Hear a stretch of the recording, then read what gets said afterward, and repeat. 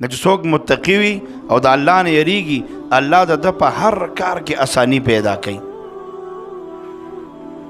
امام اعظم ابو حنیفه رحمه الله د ده په دور کې د ده دشمنان ډیرو. په هر دور کې چې کم اهل حقي انبیا صحابه بیا ورپسې راځه دغسې آن تر دې وخته پورې څومره علما دیندار خلک دي د دې دشمنان ګورې په هر وخت کې وي. یو سړی دی هغه په خپله محله کې خلک پیژني د ده دشمنان به صرف په محله کې وي. یو سړی دی د محلې نه بارې په ضلع کې خلک پیژني د ده دشمنان به ضلعې په سطح باندې وي. نو امام صاحب خو ډېر لوی سړی و د ده دشمنانو هر وخت به ده پورې نښتي و چې دا امام ابو حنیفه دی موږ بدنام کو. د ده واقعات خو ډېر زیات دي خو یو واقع ته وایم. یو ورځ د دغې امام صاحب دشمنانو یوې زنانه له پیسې ورکړې او فراډۍ او بدکاره نوسربازه ښځه وه. وایي دا پیسې به والې او امام صاحب به بدنام کې بس ښځو له خو چل ورځي. وایي دا خو زمونږ ګور دی موږ له خو راځي اسانه خبره ده. په یو داسې به چټکي بر به دې ځل زه اوس ګرفتار کړم په یو کار کې بدنام به یې کړم. وایي ډېره ښه ده پیسې وله ورکړي دا واله او دا چې کوم دی ستا انعام شو او ته به دا کار وکړي ډېره ښه ده. امام صاحب چې ماسخوتن مونځ په خپل مسجد کې وکړو امام صاحب کور ته ځي دا ښځه بار راوتې ده ولاړه ده. وایي ورېږه ملا صاحب ودرېږه. وایي څه وی؟ وایي زما خاوند دی مرګي حال دی مري زنکدنه دی او شونډې خوځوي څه وایي خو زه پرې نه پوهېږم او ته رانه نه وځه او د هغه دا وصیت لږ نوټ کړه چې دی څه وایي. ښځه د چل ورځي وله که نه. امام صاحب چې څنګه دې کور ته ننوتو ملا دې دوکه شو چې ننوتو دې ښځې دننه نه ور بند کو د کمرې نه د ده دشمنان سړي راووتل. وایي ښه ملا صاحب زمونږ د جومات امام او خلکو کورونو ته ننوځي ښځو پسې.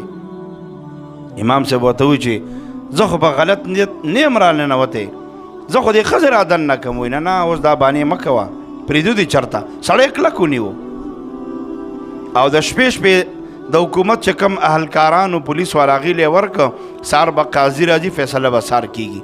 دې ښځې ته وویل ته مو سره ځه وایي چې مونږ خو سبا قاضي ته ووایو چې دا هغه ښځه ده او هغه بدنامه ښځه وه. وایي لوند به نور څومره لوند کې بدنام سړی به نور څونه بدنام کې. هغې پیسې اخیستې وې چې کله امام صاحب او دغه زنانه په یو کمره کې دي سهار به قاضي راځي فیصله به کوي.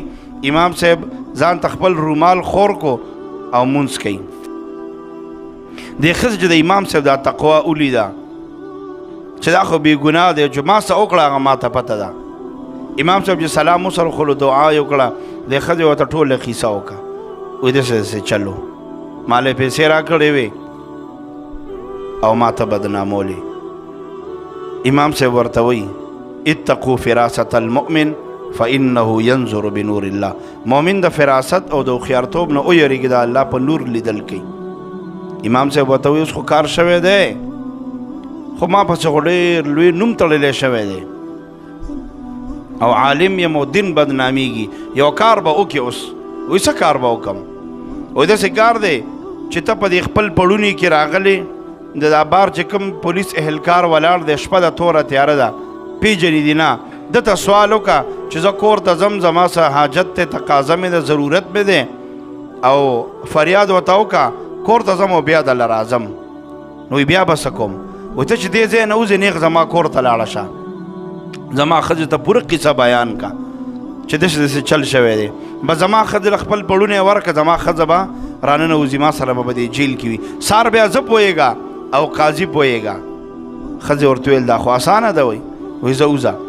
دې ورته سوال جاري وکړه چې دا کله ووته نیغه د امام صاحب کور ته لاړه ښځې ته یې پوره واقع بیان که ښځې راله د جیل د کمرې ته امام صاحب سره ده سهار شو د ده ټول دشمنان راوتي دي چې نن به دا امام صاحب بدنامیږي شرمیږي به همونږ به د علاقې نه لرې کوو د نه خو موږ تنګ شو او چې کوم سړی په ضد راشي که نه دا ظالم بچی ګورې بیا چرته په چا صبر نه کوي صرفه نه کوي.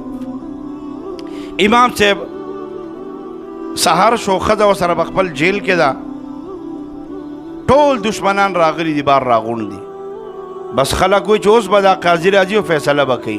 قاضي چې کله رالو د باندې خو مخکې نه پرچه کټ شوې وه قاضي ورته وایي د جومات امام ځان ته عالم وي او پردو ښځو پسې بیا د شپې کورونو ته ورځي وایي د څه پردی ښځه و انکار هم کې جرم هم کې و انکار هم کې دا چې د سره ده وایي داسې کار وکئ چې د دې ښځې پلار څوک پیژنئ لاړ شي فلاني ځای کې پلار دی پلار یې راولي بیا به خبره کوو پلار یې وله راوستو چې ویې کتل و دا خو زما لور ده او دا زما زوم دی قاضي سر ښکته کو چې کم دشمنان راغلي ټول حق بک حیران شو چې موږ څه کولو څه وشو دا خو زما لور ده دا خو زما زوم دی ما خو دې دواړو نکاح کړې وه حالانکې کومه ښځه چې د بدنامولو وه هغه رب العالمین ویسته امام صاحب بچ شو نو که مونږ خپله زندگی پاکه غواړو نو مونږ به ځان کې تقوا پیدا کوو تقوا او د دې تقوا اثر ګوره یوازې په مونږ نه